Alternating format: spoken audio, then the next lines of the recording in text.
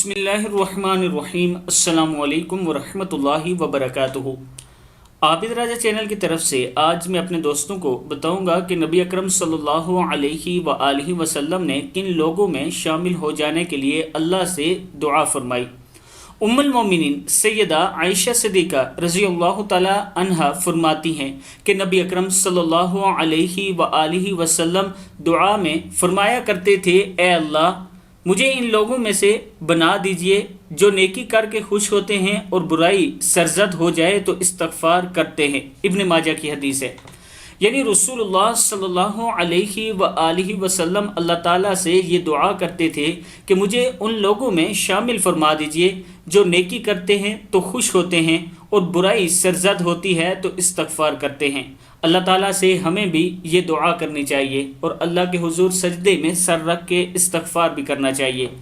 آپ دوستوں نے اس ویڈیو کو آگے ضرور شیئر کرنا ہے۔ السلام علیکم ورحمۃ اللہ وبرکاتہ۔